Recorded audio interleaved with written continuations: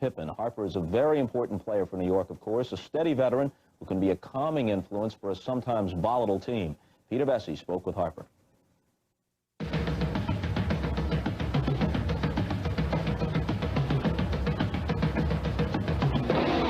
I hear people saying Chicago in 4, Chicago in 4, Chicago in 4. We're very confident. I think Cleveland did our team a lot of good by being able to beat a team that gave us problems during the regular season. I think we're very, very confident that we can play against anybody right now, and Chicago is right there. They're the best team, and I think if we can steal game 1, the pressure would definitely be on their team.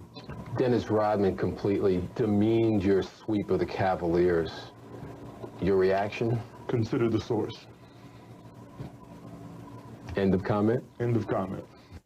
There were plenty of negative comments about the Knicks this season. A team with internal conflict, its star players frustrated and floundering.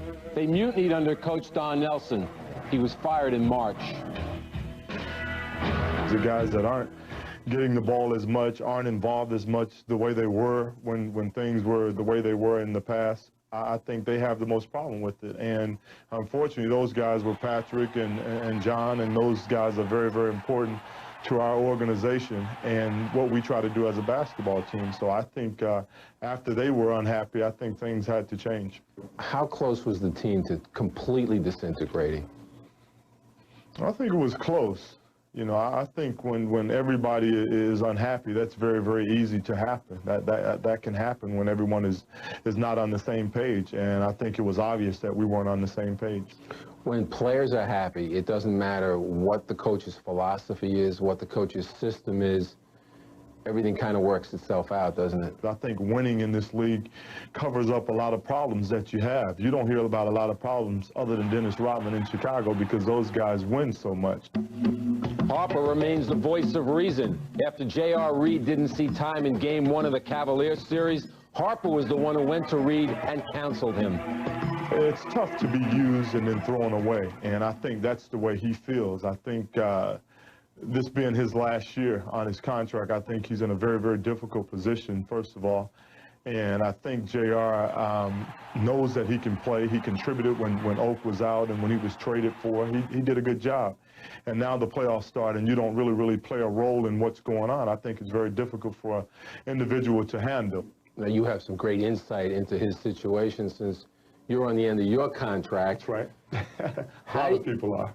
How do you resolve that to be a guy who has to calm down somebody else when I know you're feeling basically the exact same things?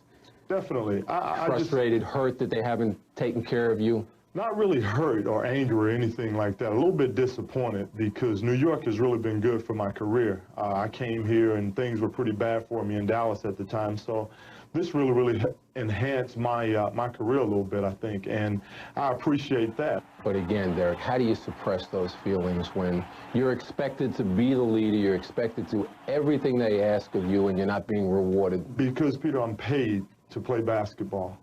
But you're also human. I am human, but I'm under contract. I have a child. I have a son in Darius that I would have to explain that I'm not going to work because I didn't get my contract renegotiated. And I don't think that's a good example for anybody. I think you have to set the right example, and you can't put yourself above the team. All right, let's talk about some of the other matchups in this series. What catches your eye? Many things, I guess. But well, I like the